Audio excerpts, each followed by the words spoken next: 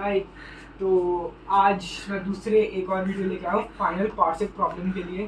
तो जैसे मैंने लिखा है, is this a problem in the universe और is this a problem in our maths. तो फिर अगर मैं एकदम बहुत बेसिक कॉन्सेप्ट से स्टार्ट करूँ, तो हम सब जानते हैं कि एक स्टार एक मतलब यूनिवर्स से लाइफ साइकिल देखी जाए तो नेबुला से स्टार बनता है, स्टार में से और उसके स्टेजेस होते हैं। फिर लास्ट में या तो वाइट ड्रॉप बन जाएगा, रेड ड्रॉप बन जाएगा, या तो हमारा न्यूट्रॉन स्टार बन जाएगा या हमारा ब्लैक होल बन जाएगा। तो इस केस में ये जो प्रॉब्लम है सिर्फ ब्लैक होल के साथ रिलेटेड है। तो सबसे पहले थोड़ा स्ट्रक्चर सा मैं बता देता हूँ ब्लैक होल का। तो जैसे ये हमारा स्पेस टाइम मैश है, ये बहुत रफ सा डायग्राम बनाया है। तो यहाँ पे एक ये ब्लैक होल की सिमिलैरिटी है। तो यहाँ पे जो कर्वेचर होगा, ये भी मैंने शो के लिए बना दी, तो इन्फिनिटी तक जाएगा। और अब मैं बहुत नीचे से मतलब बेसिक लेवल से स्टार्ट करता हूँ। तो फिर जैसे हमारा एक ब्लैक होल है, अब मान लो कि यहाँ से एक लाइट की मैंने रे भेजी। अब इसका जो ये जो ग्रेविटी है, जो इसका ग्रेविटेशनल पुल है ब्लैक होल का, ये तो बहुत ज़्यादा इंटेंस है, तभी तो ये एकदम इनफाइनाइट तक इसका कर्वेचर जाता है। अब जिस लाइट को इधर जाना था, that was suppose to go here, because of its gravitational pull वो इधर चली गई, उसका अब वो अपने पाथ से डेविएट हो गई। अब इसी बेसिस पे हमारे पास 2019 में फर्स्ट इमेज आई थी ब्लैक होल की। तो हमने इसी बेसिस पर हमने उसकी फर्स्ट इमेज ऑब्टेन की थी। वो कैसे? मान लो कि यहाँ पे एक स्टार है, वो एक बीम लाइट की रिलीज कर रहा है। अब बीम क्या होता है? सबसे पहले फोटोन होता है हमारा कैरियर ऑफ लाइट। उसके बाद आता है हमारा रे, मतलब numerous photons make a ray and numerous rays make a beam. तो यहाँ पे जो ये बीम आ रही थी स्टार से, वो जैसे मैंने अभी बताया उससे जाना इधर था, पर क्योंकि एक ब्लैक होल बीच में आ गया, उसकी ग्रेविटी आ गई, तो वो डेविएट होके ऐसे मुड़ गई। अभी बात बता, जैसे मैंने कहा कि बहुत सारी रेस साथ मिलकर एक बीम बनाती है। तो ये जो बीम आ रही है, इसमें अगर मैं इसका एक थोड़ा सा जूम्ड इन वर्जन दिखाऊं तो वैसा होगा। ये बहुत सारी रेज हैं, तो ये जो सबसे इधर वाली रे होगी ये ब्लैक होल के सबसे पास होगी। तो जो ग्रेविटेशनल पुल होगा वो इस रे पे सबसे ज़्यादा होगा। तो अगर मैं एक इंडिविजुअल इस रे बनाऊँ तो वो ऐसे करके ऐसे मुड़ जाएगी और इसके आसपास घूमने लग जाएंगी। लेकिन वो इस एग्जांपल में सिर्फ फोर्थ रे के साथ ऐसा है। जो ये तीन रेज बच गई, ये इधर से आके ऐसे चली जाएंगी, एक ऐसे चली जाएगी, एक ऐसे चली जाएगी। तो ये जो एक बीम आ रही थी वो स्कैटर्ड हो गई और उनमें से जो सबसे पास वाली रे थी वो उसके आसपास घूमने लग गई। लेकिन अब एक बात बताओ, जो इनका एक टाइम पे जो इनका ओरिजिन था वो तो सेम था। उस सेम ओरिजिन और मतलब जो हमने जो उसका ओरिजिन प्लेस था उसी से वो डेविएट होके डिसोशिएट होके अलग अलग हो गई। लेकिन अगर मैं इन सारी रेस को मैं कैप्चर कर लूँ और उनको एक साथ करूँ तो मुझे एक इमेज मिलेगी। तो जैसे ये रेज आई तो हमारे साइंटिस्ट ने क्या किया, पूरे अर्थ को एज अ टेलीस्कोप यूज करा। बहुत बड़े बड़े टेलीस्कोप लगा के हमने इन स्कैटर्ड रेस का यूज करके इस नतीजे तक पहुंचे और इस नतीजे तक पहुंचे कि जहाँ से वो डेविएट हुई, जहाँ से वो डिसोशिएट हुई, वहाँ पे क्या मैटर प्रेजेंट था और जहाँ से वो आई वहाँ पे क्या मैटर प्रेजेंट था। तो जैसे मैंने आपको बताया, इसी का यूज करके हमारे 2000 में ब्लैक होल की फर्स्ट पिक आई थी। तो अब मैं इसी कॉन्सेप्ट को यूज करके आपको एक दूसरा कॉन्सेप्ट बताऊंगा कि जब भी एक ब्लैक होल का जन्म होता है, मतलब when a star dies it, जैसे मैंने बहुत सारी आपको चीज़ें बताई, इनमें से एक ब्लैक होल बनता है। तो ये एक ब्लैक होल है, स्टार्टिंग में बनता है, उसके बाद बहुत एनर्जी होती है। तो ये अपनी एक्सिस पे रोटेट करता है, जैसे हमारी अर्थ हमारे एक्सिस पे रोटेट करती है, उसी तरह ये अपने एक्सिस पे रोटेट करता है। इसके बाद बहुत एनर्जी होती है।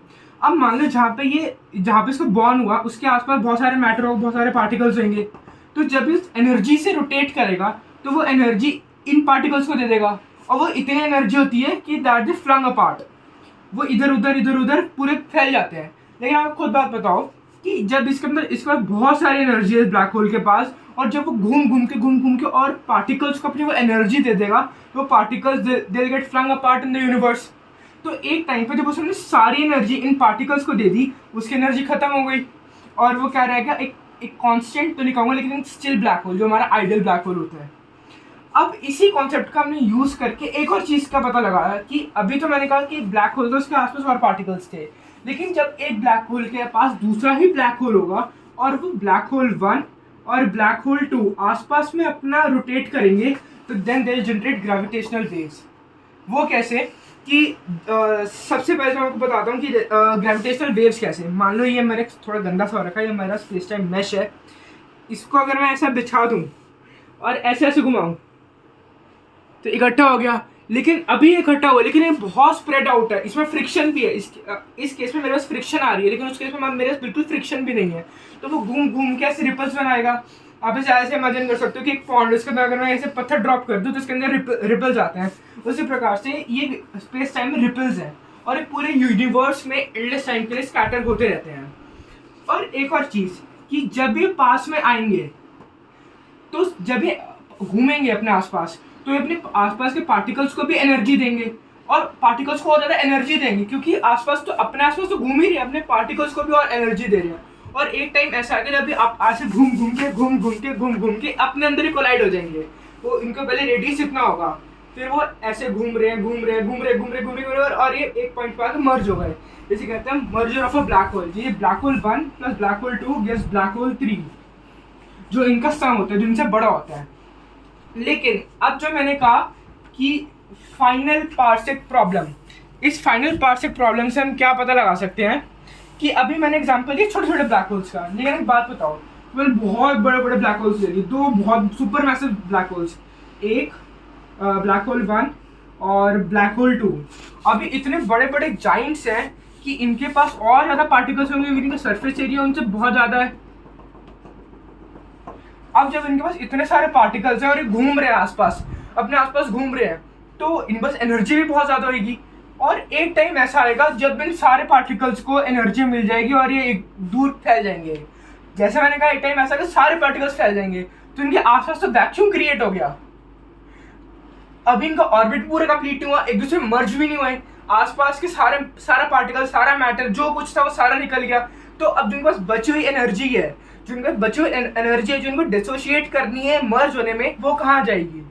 तो इसलिए एक टाइम ऐसा आता है जब इनके आसपास कोई पार्टिकल्स नहीं होते और इनके पास अभी भी एनर्जी बच जाती है कि ना ही ये मर्ज हो पाते हैं और ना ही अपने ऑर्बिट को श्रिंक कर पाते हैं।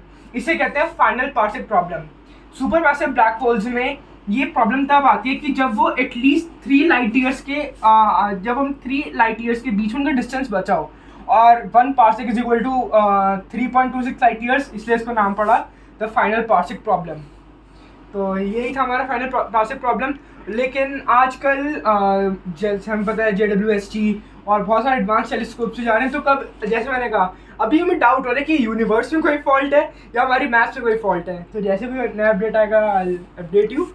और अगर मैं आपको थोड़ा सा और इसके बारे में और बताऊं कि हमें इन ग्रेविटेशनल वेव्स के बारे में कैसे पता चला, वो मैं आपको नेक्स्ट वीडियो में बताऊंगा कि जो मैं ग्रेविटेशनल वेव्स हैं ये भी कैसे डिस्कवर हुई। तो इस वीडियो के लिए इतना ही।